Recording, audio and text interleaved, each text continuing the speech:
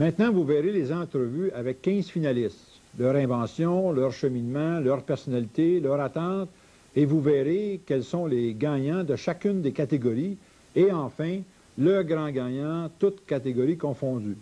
Place aux inventeurs.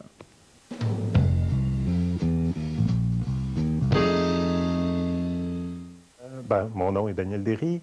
Naturellement, je viens de Victoriaville et puis l'idée de l'invention est venue tout simplement en regardant la rétrospective des inondations qu'il y a eu au Manitoba en 1998. Je dis pourquoi qu'il n'existe pas une autre méthode qui remplacerait les fameux sacs de sable, alors que je voyais les gens de l'armée en train d'empiler des milliers de sacs de sable. Et puis, tout simplement, l'idée est venue en me disant, s'ils pouvaient prendre de l'eau, tout simplement prendre des sacs d'eau, les empiler un par-dessus l'autre, l'eau et l'eau. Une toile qui est repliée, et c'est l'eau qui rentre à l'intérieur, tout simplement. Et l'eau, c'est comme une bouche qui rouvre. L'eau rentre, elle se remplit d'eau. Et il y a des cloisons pour être sûr que la toile ne revient pas par en arrière, parce qu'à un moment donné, s'il n'y avait pas ces cloisons-là, la toile tout simplement basculerait par l'arrière et puis ça ne tiendrait pas. Alors, c'est juste ça le principe.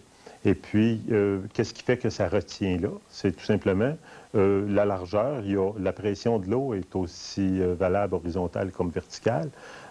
Alors, j'ai beaucoup plus de portée en surface qu'en hauteur. Donc, ce qui fait un bon maintien aussi du barrage. Maintenant, il y a aussi, si je peux créer des réserves d'eau sur un côté, je crée un assèchement sur l'autre. Les contracteurs aussi adorent le produit. Ils se disent, enfin, on peut travailler à sec. Parce que quand arrive le temps de faire une installation de ponceau ou des réparations de pont, n'importe quoi, ça va beaucoup mieux de travailler à sec, bien sûr, et c'est beaucoup plus rapide pour eux. Maintenant, il y a aussi le ministère de l'Environnement qui dit, oh, merveilleux, enfin, on ne crée plus de sédiments.